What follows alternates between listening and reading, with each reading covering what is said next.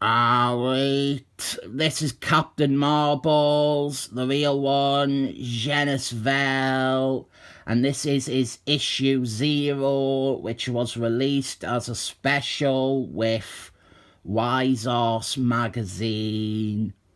This is a preview for the series that Marvel was putting out.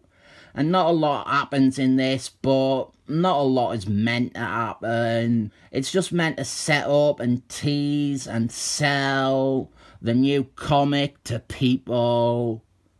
In the late 90s, Marvel did a lot of these cross-promotional things with Wise Horse. I like the cover here. It shows Dickie Jones transforming into Captain Marbles, the real one, genis-vell. And the bond and the relationship between those two characters is what this preview focuses on. Dickie Jones, he was bonded to genis-vell in a Kurt Busey story, and it is reminiscent of how Dickie Jones was previously linked to Captain Marbles, the real one, mar-vell. The two of them trade places by banging some jewellery together, and them swapping places, it was always intended as a rather pathetic riff on the DC version of Captain Marbles. Here is Dickie Jones's hot supermodel wife, Marla Jane. In this series, we get to see her snog moon garden, so I am grateful for that. Truthfully, there isn't much going on here. This is just setting the stage for the actual series. It introduces us to Dickie Jones and Marla Jane, and it sets up the dynamic between Dickie Jones and Captain Marbles, the real one, genis-vell, and how they are a lot more argumentative and bickery than Dickie Jones ever was with Captain Marbles, the real one, mar-vell. It is a lot more comedic. It is played for laughs.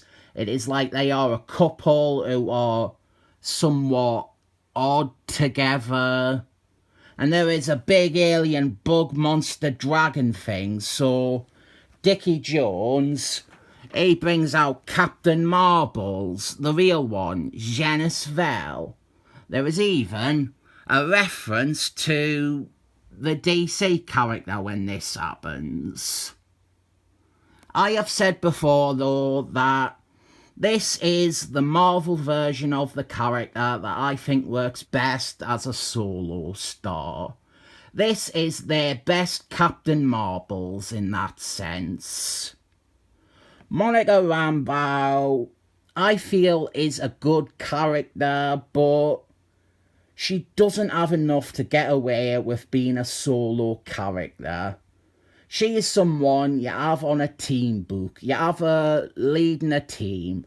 That is a good use of that character, but it is genis-vell who has the most ganon for him in the character department. And he has the most mythology and continuity to make him a viable solo star. The problem here is that the writer of this and about 90% of genis-vell solo comics is David Peter, and he never seemed to really care that much about the character. Genis-vell, he was auxiliary to Dickie Jones and his supermodel wife. And it's not until the series is relaunched after 35 issues that David Peter really gives genis-vell a consistent personality. I was going to say that this was my favourite part of the issue until I read it. We have a supplementary bit at the back going the history of Dickie Jones, and then the history of Captain Marbles, the real one, genis-vell. And it has the problem of all Marvel continuity from this time period. We ignore any story between the time editor Tom Brevoort stopped reading comics until the time editor Tom Brevoort started working in comics. So we jump from 1982 here all the way to 1994. And this has only been mentioned because it was written by David Peter. We skip our stuff like Dickie Jones in One Spaceman. We skip when Dickie Jones became Hulk. We skip 12 years of anything with that character. And genis-vell stuff is even worse. Genis-vell was introduced in 1993, so there is an immediate problem there in that his introduction was within those years that editor Tom Brevoort didn't read, so automatically hates. With him, it really does ignore everything that he has done. He had a solo series before this by Fabio Nicieza. It's not even mentioned. It just does his backstory, which comes from his first appearance. And then it jumps straight to Kurt Busey. So what could have been my favourite part of the comic isn't, because boneheads ran and still run the continuity of Marvel Comics. I'm not sure how I'm even meant to assess this. It accomplishes what it was meant to, but at the same time, what it was meant to accomplish wasn't much. It sets up the characters and the overall idea, but I didn't think it does that great a job of ensnaring new readers by it not offering anything beyond introductions.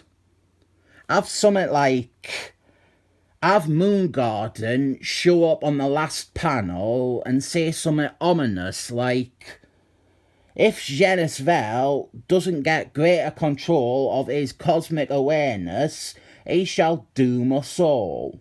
Or maybe introduce and show that little goth girl who can destroy the universe.